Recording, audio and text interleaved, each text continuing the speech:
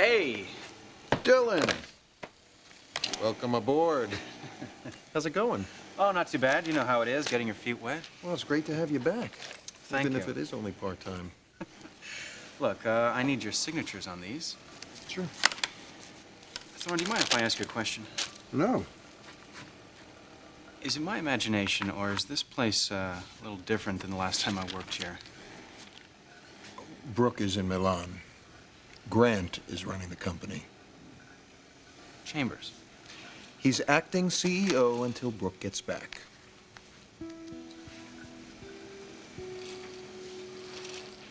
Well then, Trish, I guess you're just gonna have to reschedule it at 5:30.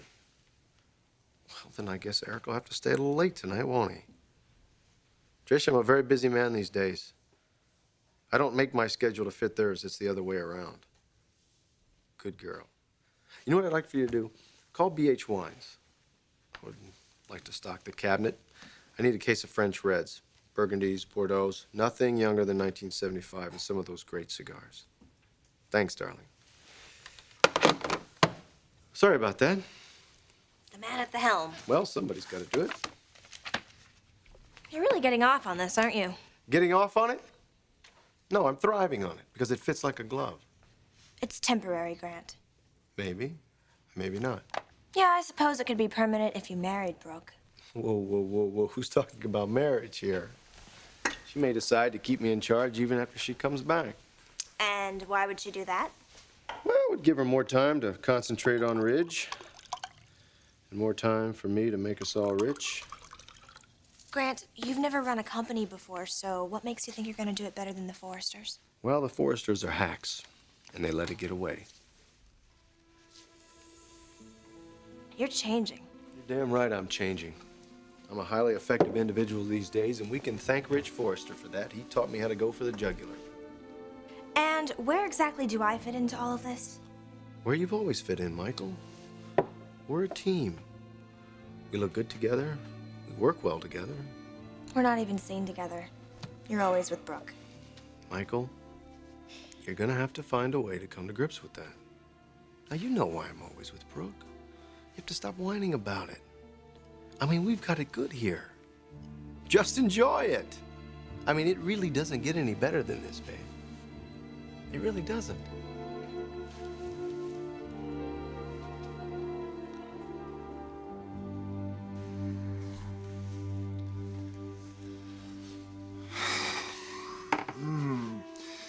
You know you're in trouble when a dress form starts to feel good. You know, it's been so long, I don't know what the real thing feels like. Yeah. It's time we got started. Are you ready, Clarke? For what? What do you mean, for what?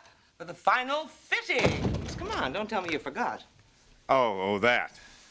What do you mean, oh, that? Don't give me that. Come on. These have been overdue for weeks. Now, the pieces have to go into production tomorrow. I know. What's the matter with you? You feeling all right? I mean, you don't seem yourself. You haven't been yourself since that charity event over at the Canyon Country Club. Well, run in with Eric Forrester, he'll do that to you. Eric, well, don't worry about him. He's got his hands full at the moment. Really? Why? Chief Executive Officer Brooke Logan has just left for Milan. You want to take a guess as to who she chose to run the store while she's gone? Who? Grant Chambers. You gotta be kidding. No, and I have it from a very reliable source. Well, I would love to be a fly on the wall when Eric heard that. You know, I bet he's on the ledge, ready to jump right now. You surprise me, you know that, Bucky? Nobody should know better than you what it's like, huh?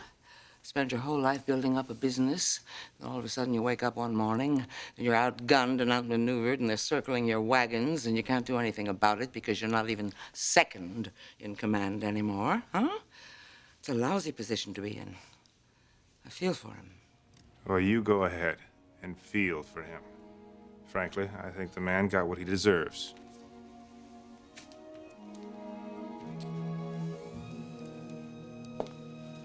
Good morning.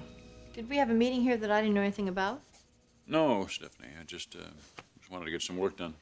In my living room? Why not? Unless you mind. Of course I don't mind. I never minded you working here.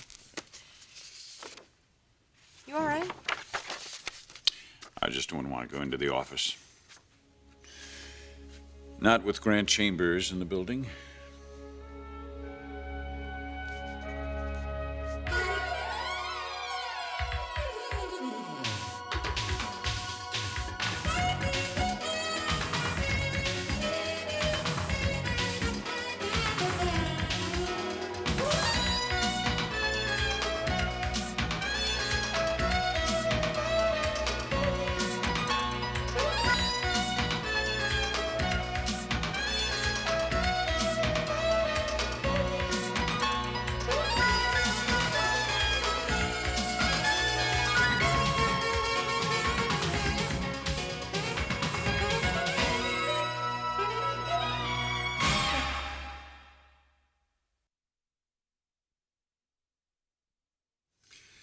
I will not make this a habit, Stephanie. Oh, please do.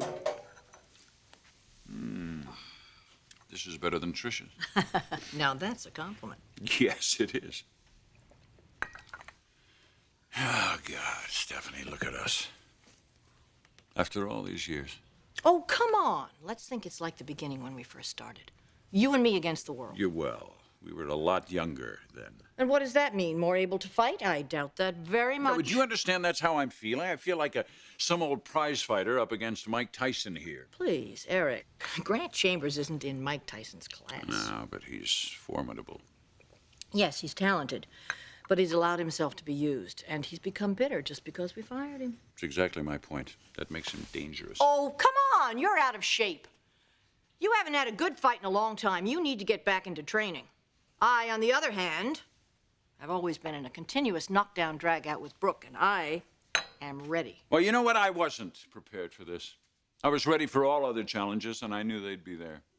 Other designers and new trends in the industry. But never in my life did I think I would find myself working in the company that I built, not being in charge. And the worst thing about this, the most debilitating part about it, is that I'm to blame. I got careless, Stephanie. And I let it all slip away.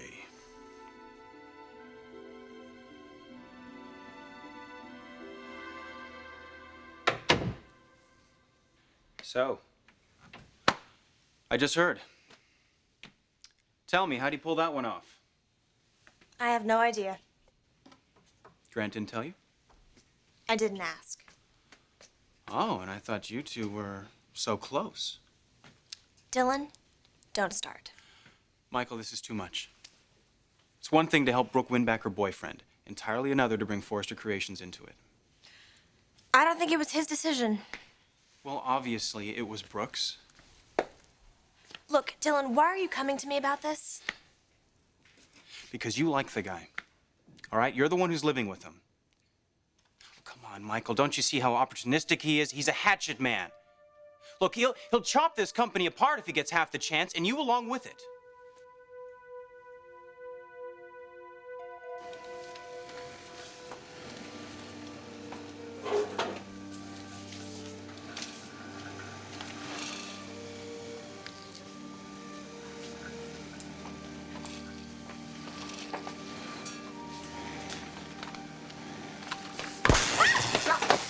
What's going on? Good God. How many times have I told you people? No coffee on the tables. I'm sorry. I'm so sorry. Is everybody okay? I mean, I've got one rule down here. No food or drink near the sewing machine. Did you get shocked or No, anything? no. What am I going to don't have to think do? so. Start firing people around here? Henry, take it easy. Do you know how much downtime we're dealing with here? I mean, we're going to have to send this machine out. This woman ought to be reprimanded. No! It was my fault. What? I'm the one who told her that she could bring her coffee over here. If anyone should be reprimanded, it should be me.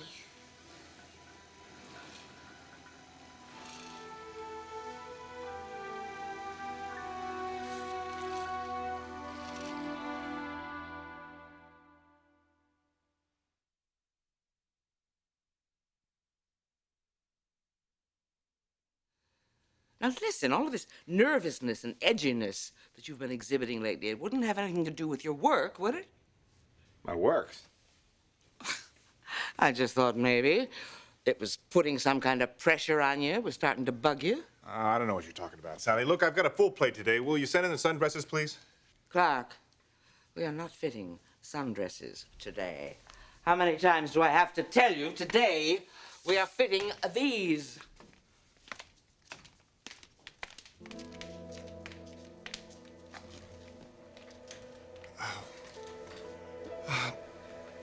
Okay.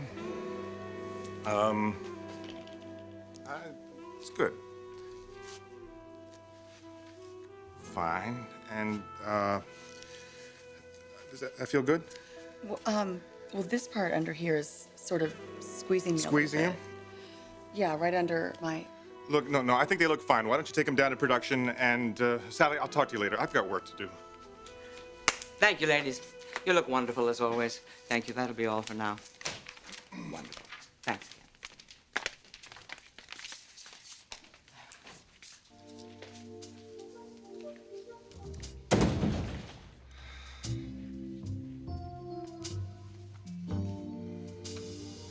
You told this woman she could bring her coffee here? Because she was up all night with a sick baby. I couldn't stay awake. Well, then don't come to work. And you don't go around changing rules around here. I've half a mind to fire both of you. Hold on a minute, Henry. Somebody could have gotten hurt here, and that's why we don't allow any drinks near the equipment. Fortunately, you're both okay, but next time, please, no coffee on the tables, all right? Si, Senor Forrester. And by the way, how is the baby, Lucy? He's fine. Just a cold. Well, that's good. Okay, clean up the mess and let's get back to work. Henry, let me talk to you a minute.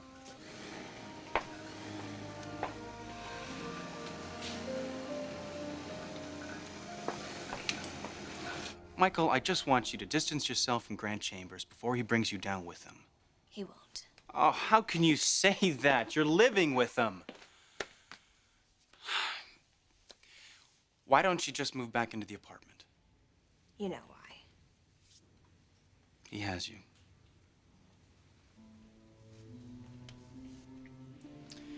And you know what, Michael? He knows it.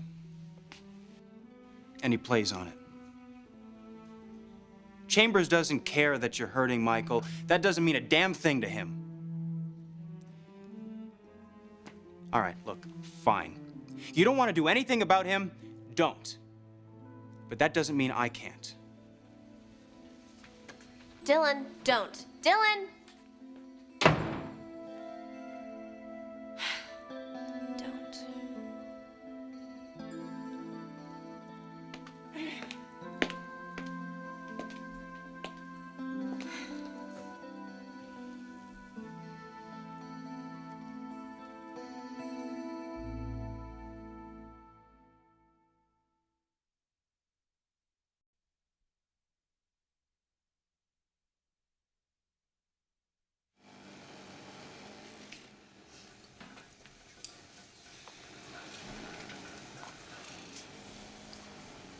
Claudia, I would be careful if I were you.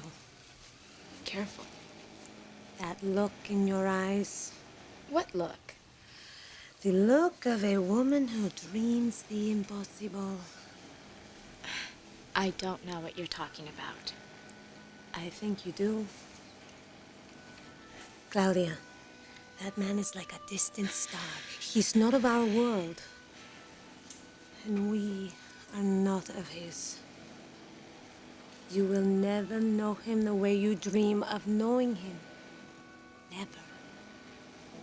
He helped me.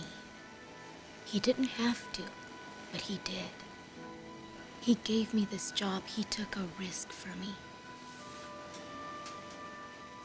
Lucy, I'm grateful. Nothing more. Yes, we do need to show some leadership, Henry, but these employees, they're looking up to you. Now, they produce a lot better if you treat them with some respect, some dignity. All right, Mr. Foster. I get the picture. Okay. And one more thing while I'm still thinking about it. Has the INS been around here? Immigration? Yeah. Not since last year. Okay, I want to know if they come by for a spot check. Why, we're safe. All our workers have green cards, don't they? Just give me a call the minute you see them out in the parking lot. Sure.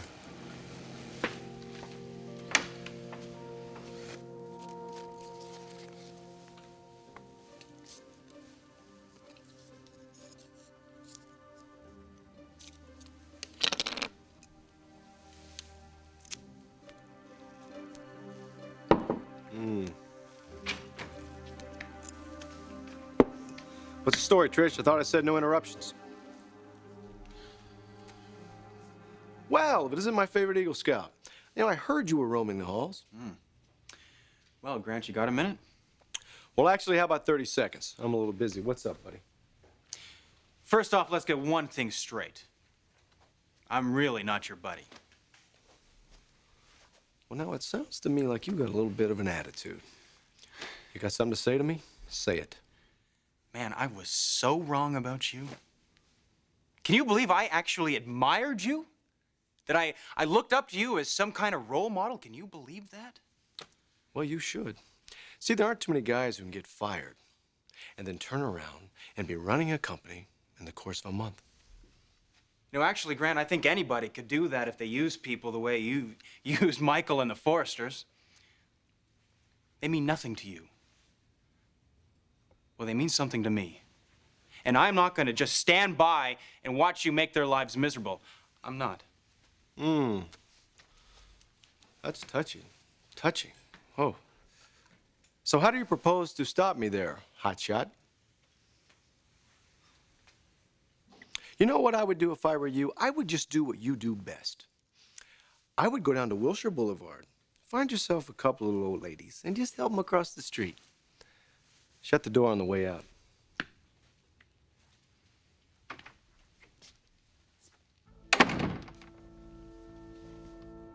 You know what? I'm not through with you yet. Well, you know what? I'm through with you.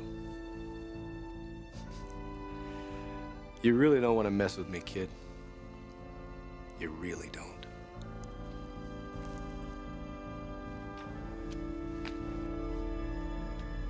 You can't blame yourself for everything that's happened. Well, give me a name. I'd like to lay the blame on somebody. I can give you two. No. No, you know, as much as I despise Grant Chambers and as angry as I am with Brooke for leaving him in charge, there's only one person responsible for this fiasco, and that's me. There is no way that you or anyone else could have possibly foreseen the fact that she would end up teaming up with Grant. No, you know, I couldn't have foreseen that, but there has to have been something I could have done to keep Brooke from taking over this company in the first place. I mean, that's when our problems began, long before Grant Chambers came on the scene. Oh, and I think back in those days, when you and I and our sons and daughters were running Forrester. I mean, it's a little out of focus now, but by God, those were great times. After all those years of struggle, when we finally had a company and a product that we could really be proud of, that's all I ever really wanted. I know. You never were interested in the money. No, not really. It was something far more important. It was the creativity, the opportunity to make a wonderful living just by being an artist. I mean, what a joy. What an incredible opportunity. And something to give our children. I knew that our kids would grow and prosper living in that environment. Well, they did. We all did. Yeah. Until I divorced you. Then I got involved with Brooke, and that's when it all faded away. We lost our sense of family, unity, and solidarity. It just sort of evaporated. It was a big mistake, Stephanie. You're being too hard on yourself. Life is filled with mistakes. The trick is to learn from them. Oh, I've learned from them. And God knows I don't take you and everything we have for granted anymore. But with the learning comes loss. And every time you make progress, there's a price to pay. And the price to pay in this case was the loss of a way of life. An almost idyllic way of life. A family with a mission, with a goal. Let's make a new goal. To get Forrester Creations back. Starting here, starting now. I'm going to accomplish that mission, Stephanie.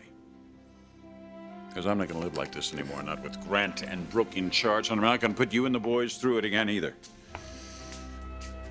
I've got to get the company back, Stephanie. For us, for the family. And I'm going to do it. Somehow, by God, I will.